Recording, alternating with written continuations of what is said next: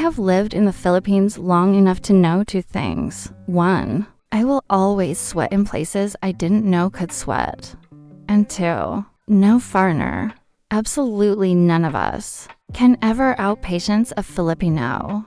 I learned this slowly, painfully, and with great embarrassment across multiple public transportation systems, including, but not limited to, jeepneys, tricycles, ferries, MRT lines, LRT lines, and one unforgettable experience with a bus that, to this day, I'm not even sure was legally a bus. Back home in the U.S., I prided myself on being the queen of efficiency. I had a color-coded planner. I scheduled coffee breaks. And I once left a guy on read because he replied 3 hours late. I believed time was something you controlled, like a puppy or a toddler or a badly behaved eyebrows on fleek tutorial. But the Philippines does not believe in controlling time. The Philippines believes in coexisting with time. When I first moved here for my vlog, yes, because I was that girl who wanted a tropical life with better sunsets,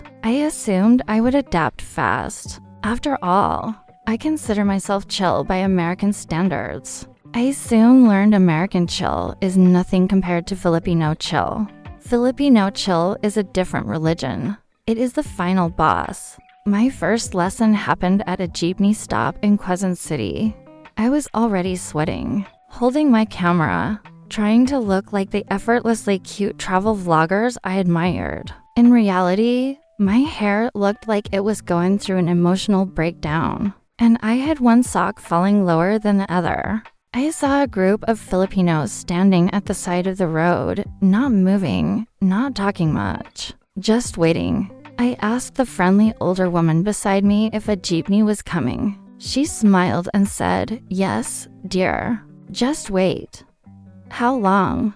I asked, already bracing myself. She shrugged with the calm confidence of someone who has never let the clock ruin her day. "Just wait," she repeated.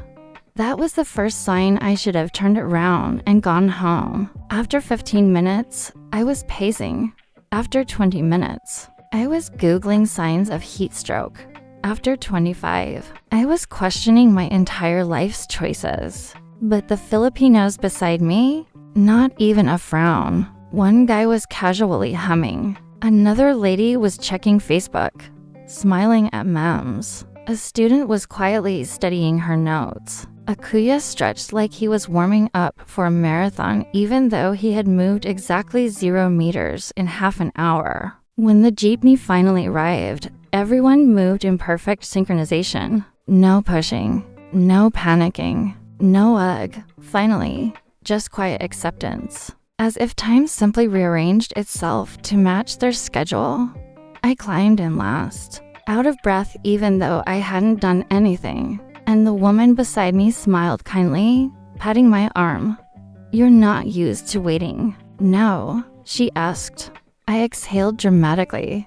"Is it that obvious?" She laughed. "You Americans walk quickly. You talk quickly. You decide quickly.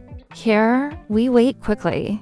I didn't understand the sentence, but it changed me spiritually. My second lesson happened on the LRT. It was rush hour. I had mentally prepared for crowds, but nothing prepared me for the stillness. There were at least 200 people waiting on the platform, but not one person was losing their mind. Meanwhile, my internal monologue sounded like a chaotic YouTube commentary.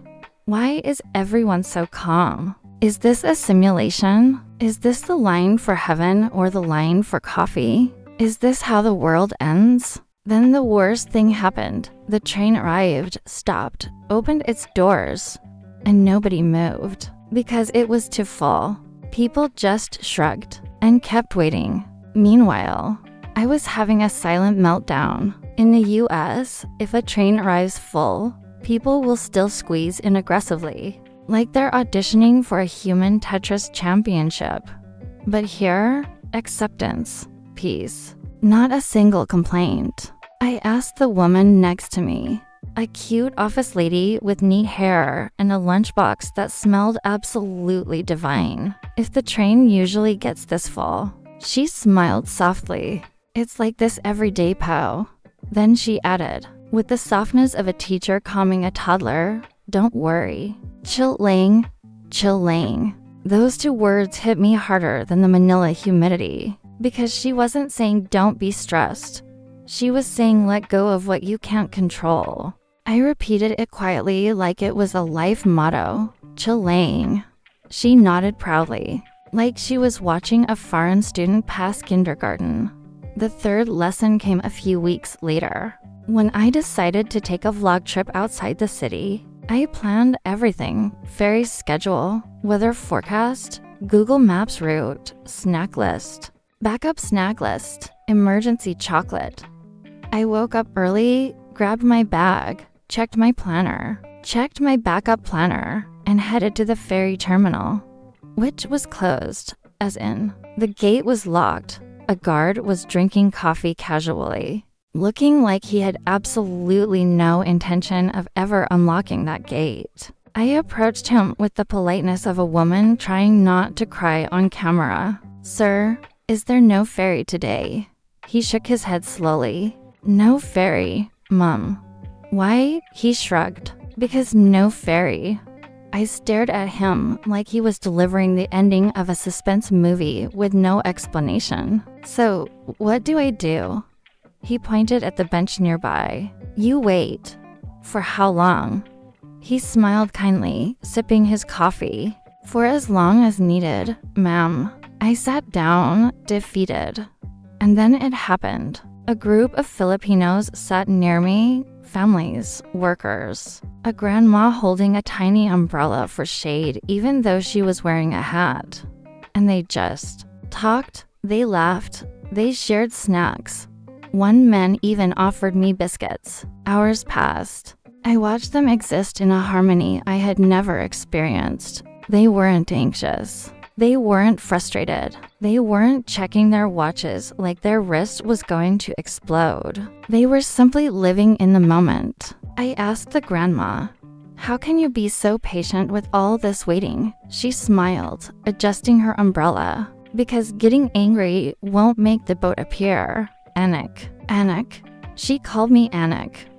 My heart melted like ice cream on EDSA. She continued, if you wait with happiness, the day is not wasted. That line entered my soul and took a seat. When the ferry finally arrived hours later, the Filipinos boarded with the same peaceful energy they had while waiting. No rush, no pushing, just cheerful, collective finally. Let's go. I realized that day that patience isn't weakness. It's a superpower. And the Philippines? The Philippines raises superheroes. My fourth lesson, the final one, the one that totally rewired my foreign brain, happened at a sari-sari store near where I live. A small kid was in line in front of me, holding coins and debating intensely whether to buy chocolate or ice candy. He changed his mind at least 6 times. Maybe 7. I lost count. I was behind him holding bottled water, trying to smile. But internally my American soul was like, sir, pick a snack. Pick any snack. But nobody rushed him. Not the vendor. Not the people behind me. Nobody. The vendor even leaned down and said, take your time, baby. Choose what makes you happy. That's when it struck me. Filipinos are patient because they value people over time. Time can wait. People shouldn't have to. I left that store with cold water and a warm heart. And somewhere between jeepney waits, LRT lines, ferries that may or may not exist, and sari-sari store snack decisions, I became a different woman. I stopped rushing. I stopped obsessing. I stopped letting minutes and hours control me. I learned to breathe, to pause, to exist in the moment with the people around me. Now, when I wait for something, I don't panic. I don't stress. I don't go into American meltdown mode. I just sit, smile, and think, chilling. The truth is, foreigners can't beat Filipinos at patience because Filipinos don't see patience as suffering. They see it as living. Waiting isn't wasted time. Waiting is shared time. Shared error, shared jokes, shared experiences, shared humanity. And me? I am still not as patient as a Filipino. Not even close. But I am definitely more patient than the woman I used to be. The other day, I waited for a jeepney for 20 minutes, and when it finally came, I actually said, for now, I will ride. I think my Filipino friends are rubbing off on me. So if you ever see me standing by the road, hair frizzy, hand holding a small bag of snacks, smiling at nothing, don't worry about me. I'm not lost. I'm not confused. I'm not heat delirious. I'm just a foreign woman living in the Philippines, finally learning how to chillaing.